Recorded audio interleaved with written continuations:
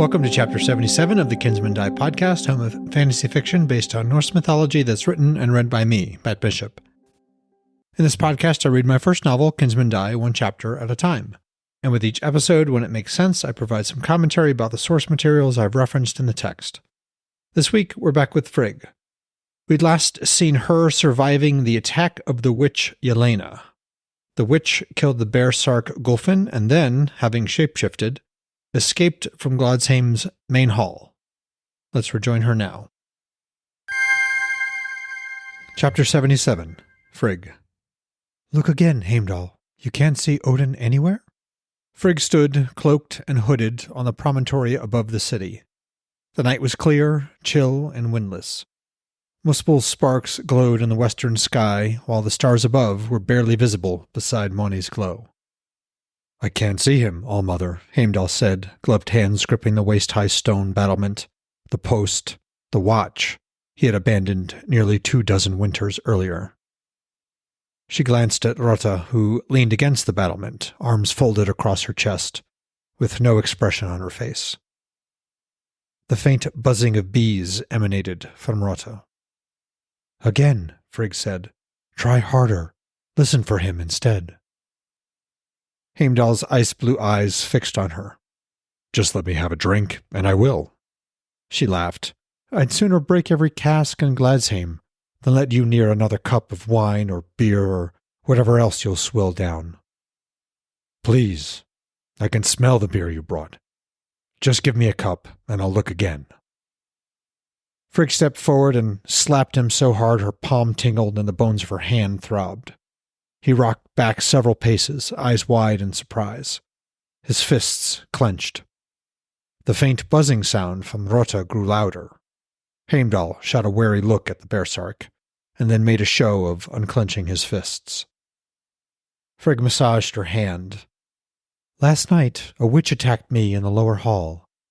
I don't know how long she's been here, nor do I know what sather she might have woven throughout the city. But I do know she's murdered at least one woman. Maybe just to get to me, maybe not. And then she killed Gulfinn. You should have been standing here, watching her flee, so you could tell Rota where to find her. Shame crept across Heimdall's features as he glanced a second time at the baresark. Instead, the witch escaped. And since she's a shapeshifter, she probably didn't even leave the city. But I haven't been able to find her because we couldn't find you. And now that you're where you're supposed to be, you can't find the witch, nor the All-Father, who isn't where he should be. She gave a disgusted snort. All I see before me is fire and... Heimdall dropped to his knees before her, big hands clasped together like someone pleading for her mercy. Frigg thrust out a hand, telling Rota to stay back. She put her hands on her hips. Well, Watcher, what is it? His broad, pale face with its scar across his nose was a battleground between indecision and hope. He seemed to shrink into himself. I've heard you and the All-Father talking, and just now you said, see. Her heart sank. She knew what was coming. Tell me my doom, All-Mother, please. Will I ever be free of this curse? He hammered at one side of his head. The other pounded his thigh. With a thought, she conjured the vision flames above Heimdall's head. In them she saw a sword's bloody tip emerge from between his shoulders. She tried to change her perspective, to see whose hand held the blade, but the vision wouldn't budge. She sighed. In my youth, I always answered that question. If someone wanted to know and I could see it, then didn't they deserve to know what lay ahead? I always saw their deaths, but sometimes other events would creep in. Mind you, I never saw, nor do I see, the when. She squatted so they were face to face. She laid her hand on his shoulder. Only much later did I realize that telling them made some people stop living. It made others reckless. Sometimes that ended up causing the deaths of many others. But I wonder now if perhaps everything was already doomed to happen no matter what I said or did. Mimir seems to think so. Did my telling alter anything at all? Or was it just a part of the greater weaving? None of that will happen with me, All-Mother, I swear it. She smiled sadly at him. Won't it? Say I tell you that I see you die from falling off a cliff. Perhaps you take that to mean you pitch yourself over it, or that, drunk, you fall accidentally. Or maybe there's a battle at a cliff's edge, and you take a wound and fall over. Would you not live every moment in anticipation of your death? Would you avoid all cliffs? This very one that we're on? Or would you seek them out? He shook his head. You don't know what it's like. All I hear is my name, endlessly croaked from 1,000 throats. I welcome the silence that comes with death. And all she saw were the deaths of everyone she lay eyes upon. Frigg laid her hand on his cheek. No, you don't, Heimdall. If you did, you'd be dead already. But you're right. I don't have any idea what it's like.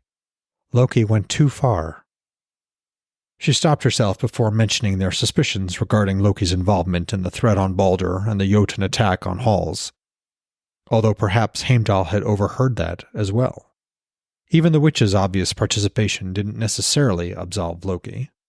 There was still the matter of those male voices the husband had heard. For all she knew, Yelena and Loki were the same person. Loki, like Odin, had been known to take a woman's shape, and the witch had mentioned a mistress. Could that have been Angrboda? Or maybe the mistress was Loki? It never stops, Allmother. Never. I try to sleep, but their croaking keeps me awake. And all the other voices, crying, screaming, laughing, whispering, I hear it all. I used to stand post here, trying to hear what the Jotun plan. I used to be able to block out almost everything I didn't want to hear. But there was something about those birds and their constant croaking. They drowned everything else out. I try not to listen, but all they do is say my name over and over. His ice-blue eyes burned into hers. The drink is all that gives me some peace. If that's peace, Heimdall, then let me put a knife in you now. She lowered her voice to a whisper only he could hear. You and I are kindred in more ways than one. We both perceive things we'd rather not. But drifting in a drunken stupor through every moment is not the answer. Then tell me of my death, Allmother. Give me a destination. Before I married Odin, I once told a woman that she'd die in her bed at night, coughing out her last moments. I described her pallid face and blood-flecked lips. So what did she do? She joined the Jotun army and fought against the Aesir. She took a spear through the chest and died in a bed, coughing up blood. Heimdall looked at her, not seeming to understand. My point is that the vision came true, but not in the way either of us expected. She assumed it meant she'd die of some sickness or maybe old age. Not wanting that, she went to war. But here are the questions that keep me awake, if I dwell on them. Did my words cause a different outcome? Might she have died of sickness if I hadn't told her what I did? Or was she always meant to die in battle? If the former, then I can change outcomes with my prophecies. If the latter, well, then I'm simply an instrument of doom. The Norns claim they've seen, scratched, and painted the doom for all of us. Jotun, Aesir, Alvar, Vanir. Are they right? And if our doom, our destination, as you put it, is fixed, does that mean the route is too? I know what I prefer to believe. And she knew what Odin preferred. She let her whispered words hang in the air and put her hands on his shoulders. I'm not going to tell you what I see ahead of you. You must decide to stand up and help me, or keep staggering drunkenly down the long hall of your life, to the Ginnungagap with everything else. She gave him a little shake, a small, sad smile, and stepped back. Heimdall's pale face was intense. His eyes burned brighter than the hottest witch lamps. His gaze dropped to his hands, clenching into fists and then relaxing again. A wispy cloud passed before Moni's face and then drifted farther eastward. Far to the west there was nothing but stars and the red glow of Muspel's sparks. Rota stood by, impassive, until she caught her eye. The buzzing sound had faded away. The baresark nodded slightly. Approvingly? Heimdall chose that moment to breathe out long and slow. His ice-blue eyes settled on her, He gave a small nod, and then he stepped to the northern battlement where he stared in that direction for several long heartbeats. Then he turned slowly in place, gazing westward, then southward, then to the east, until he again settled on her. I still see no trace of the Allfather. I still see no trace of the Allfather. Not along the shores of the Gjöll, nor anywhere in the realms between us, he said, voice distant. He cocked an ear. Nor do I hear him. How is that possible, Heimdall? Even when he was gone these past 20 winters, you could see and hear him. When he was sober enough to look. Heimdall shrugged. He's vanished before. If he's taken another shape, I would see him but not know him. If he's in among Yggdrasil's branches, as he's been before, I can't always see him there either. What if you sat upon the high seat? She asked. He shook his head, golden teeth gleaming in a quick smile. I tried only once before, when the Allfather first found it. Had he not been there to pull me off, it would have killed me. What of Sleipnir? Frigg and Geri, Hugin and Munin? Can you see or hear any of them? They are harder to spot, but I will look again. She laid her hand on his arm. Thank you, Heimdall. Will you stand watch through midwinter? I'll have food brought, and water. Pain flickered across his face, followed quickly by something new. Resolve. I will, Allmother. She gripped his arm a little tighter, smiled, and left, descending the snow-covered stairs down to the ground. Rota followed behind. When they reached the bottom, Rota hefted the cask of beer she'd carried up the hill. No, leave it here, Frigg said, knowing Heimdall would hear. The Jarl seems resolute, but even a reforged blade needs tempering. Well, folks, that was Chapter 77 of Kinsmen Die. I hope you enjoyed it. There's not much going on myth-wise in this chapter.